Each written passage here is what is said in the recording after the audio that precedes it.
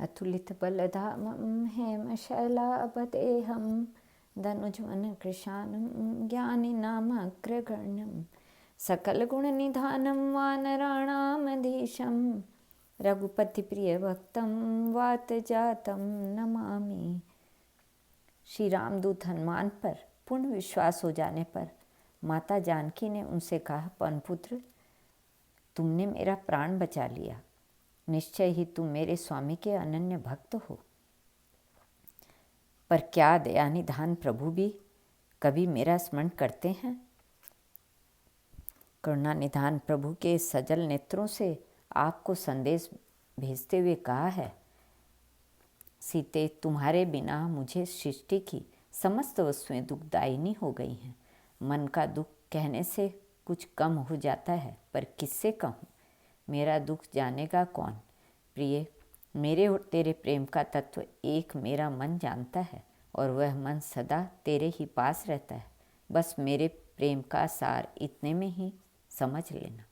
जीवन धन श्री रघुनाथ जी का संदेश सुनकर सीता जी आनंद मग्न हो गई। उन्होंने हनुमान जी से कहा, सुब्रत, अब तुम ऐसा प्रयत्न करो जिससे प्रभु यथाशीघ्र मुझे यहाँ से ले जाएं, देर न हो। उन्होंने पूछा, बेटा हनुमान, यहाँ से वीर राक्षसों को जो तुमने देख लिया है, उनकी शक्ति की सीमा नहीं है, पर सुग्रीव के साथ क्या सभी बानर तुम्हारी ही तरह लघुकाय हैं? मेरे मन में बड़ा संदेह हो रहा है। फिर क्या था, देखते ही देखते श्री पवन कुमार शरीर सुमेरु पर्वत के समान आकाश से जा लगा।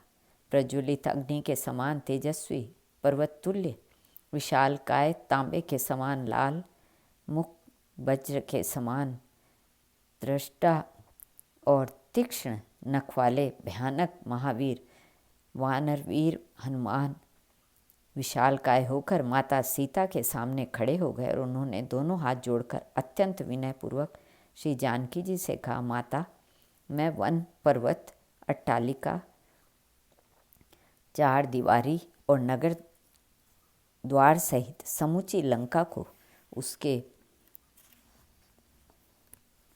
स्वामी रावण सहित उठाकर साथ ले जा सकता हूँ।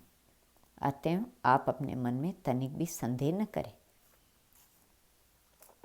वानर शिरोमणि विशालकाय हनुमान जी की वाणी सुनकर माता जानकी मन का संदेह दूर हुआ और वे अत्यंत प्रसन्न हो गईं। उन्होंने श्री राम भक्त को आशीर्वाद प्रदान किया, हे तात, तुम बल और शील के निधान हो। हे पुत्र, तुम अजर अमर और गुणों की निधि हो। श्री रघुनाथ जी तुम पर बहुत कृपा करें। प्रभु कृपा करें। जगत जननी के मुखारविंद से आशीर्वाद प्राप्त कर श्री पवन पुत्र कृतार्थ हो गए। उन्हें जैसे निखिल सृष्टि की बहुमूल्य निधि प्राप्त हो गई। वे माता जानकी के चरणों में लौटने लगे। उनके प्रेमानंद की सीमा न रही। उनके अंग अंग में पुलक एवं नेत्रों में अश्रु प्रवाह चल रहा था। भुवन पावनी माता जानकी की चरण रज उनके मुख मंडल में लिपट गई। हाथ जोड़कर गदगद वाणी में हनुमान जी ने भगवती सीता से कहा, माता, मैं कृतार्थ हो गया। मेरा जीवन एवं जन्म सब सफल हो गया। आपका आशीर्वाद अमोघ होता है, ये जगत प्रसिद्ध है। हनुमान जी ने फिर कहा, माँ, मुझे भूख लगी है और मेरे सम्मुख इस वाटिका में विविध प्रकार के मधुर फल लटके दिख रहे हैं। यदि आप आज्ञा प्रदान करें तो मैं इन्हें खाकर क्षुधा निवारण कर लूँ। जानकी जी ने कहा, बेटा, तुम फल खाकर तृप्त हो जाओ, यह तो है चाहती हूँ, किंतु यहाँ बड़े बलवान और शूरवीर सशस्त्र सैनिक सदा पहरा देते रहते हैं। अभय श्री हनुमान जी ने कहा, माँ, यदि आप प्रसन्न मन मुझे आज्ञा दे दें तो मुझे इन असुरों की तनिक भी चिंता नहीं है। भगवती सीता ने महावीर हनुमान को बल और बुद्धि से संपन्न देखकर कह दिया, बेटा जाओ, श्री रघुनाथ जी का स्मरण करते हुए इच्छानुसार मधुर फलों को खाकर पेट भर लो। समस्त शास्त्रों के पारंगत विद्वान श्री समीर कुमार ने मन ही मन विचार किया। दूत का कार्य स्वामी के हित के लिए मार्ग प्रशस्त करना है। राक्षस राज रावण का यह दुर्ग अभेद है। इसके प्रत्येक द्वार पर इतने अद्भुत और शक्तिशाली यंत्र लगे हैं जिनके रहते किसी वीर वाहिनी का इसमें प्रवेश संभव नहीं है। पर दशमुख से भेंट कैसे हो? यदि ये असुर किसी प्रकार उत्तेजित हो जाएं, तो निश्चय ही मैं रावण के सम्मुख पहुंचा दिया जाऊंगा।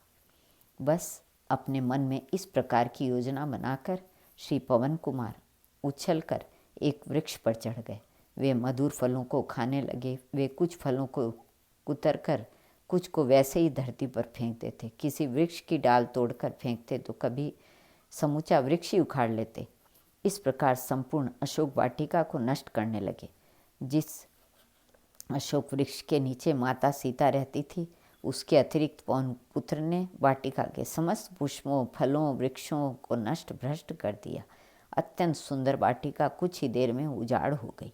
इतना ही नहीं, परम शक्ति संपन्न महादेव आत्मज श्री हनुमान असुरों के गगनचुंबी चैत्य प्रासाद पर उछल कर चढ़ गए।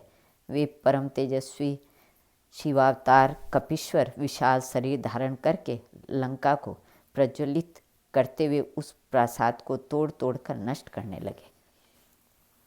विशालकाय हनुमान जी की गर्जना सुन तमोगुणी राक्षस भयभीत होकर जग पड़े। वे नाना प्रकार के प्रास, खड्ग आदि अनेकों प्रकार के अस्त्र शस्त्र लेकर दौड़ पड़े। अत्यंत मनोहर अशोक वाटिका की दुर्दशा देखकर वे चकित हो गए। मृत्यु से बचे 2-4 असुर प्रहरी राक्षसियां रावण के समीप पहुंची। उन्होंने कहा, प्रभु, एक बानराकार प्राणी पता नहीं कहाँ से आकर अशोक वाटिका में प्रविष्ट हो गया है। उससे पहले तो सीता जी के से बात भी की और फिर हमारे देखते ही देखते संपूर्ण अशोक वाटिका को ध्वस्त कर दिया।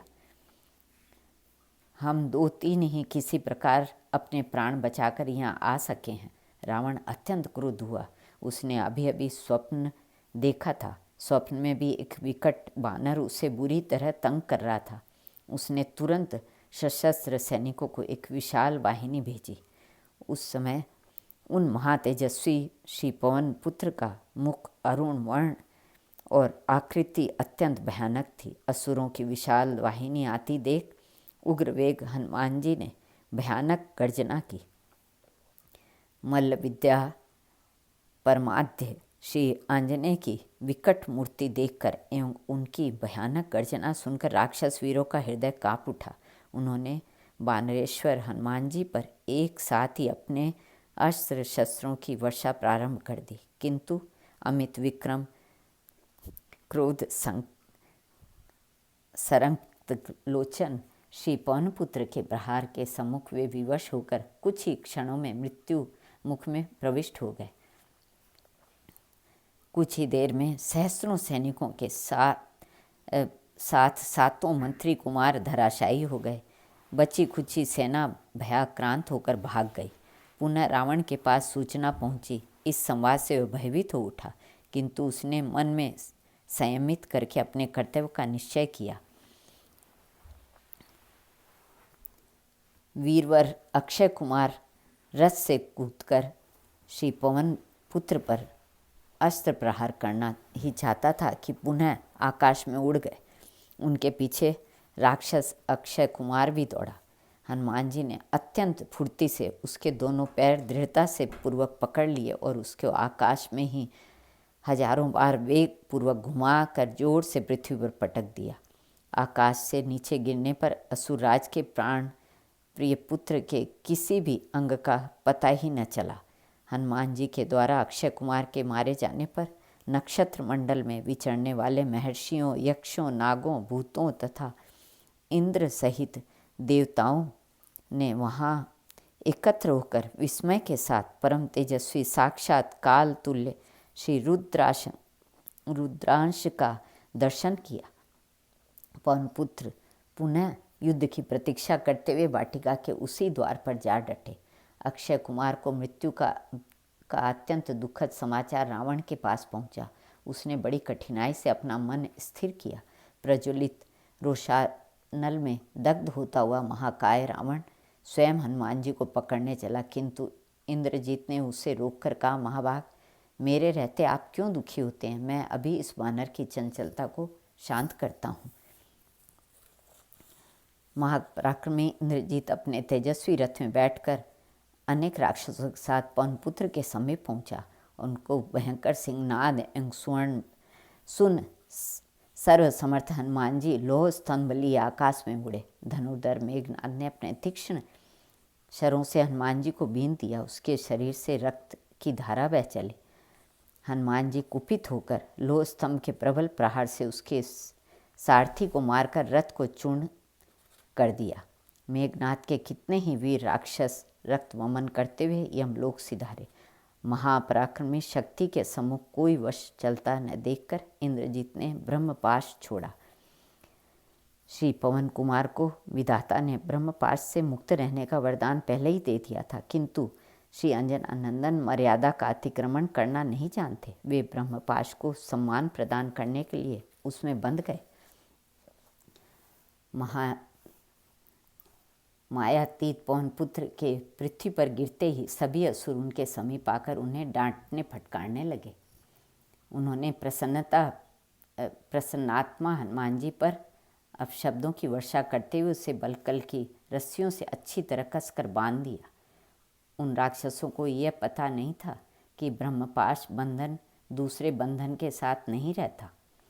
ब्रह्मपाश से मुक्त वानर शिरोमणि को केवल वृक्षों के वलकल से बांध देकर मेघनाद अत्यंत उदास और चिंतित हो गया।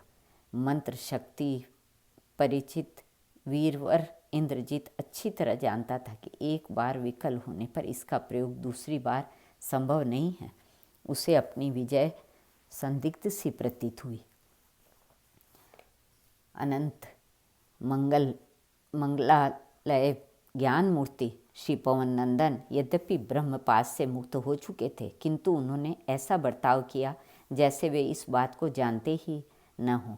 वे डरे हुए से प्रतीत हो रहे थे। राक्षस श्री पवन पुत्र को रावण के समीप ले गए। मार्ग में उन्हें देखकर पूर्ववासी दौड़े आते और उनके पीछे चलते हुए उन्हें घूसे मारते, गालियां देते और उनके बाल नोच लेते थे, किंतु श्री रामदूत हनुमान जी ने अपने स्वामी का कार्य संपादन करने के लिए सब कुछ सुन सह रहे थे। वे लंका के मार्गों एवं सैन्य संचालन की दृष्टि से महत्वपूर्ण स्थलों को ध्यानपूर्वक देखते जा रहे थे। इस प्रकार मेघनाद उन्हें रावण के पास ले गया। श्री कृष्ण अर्पणमस्तु।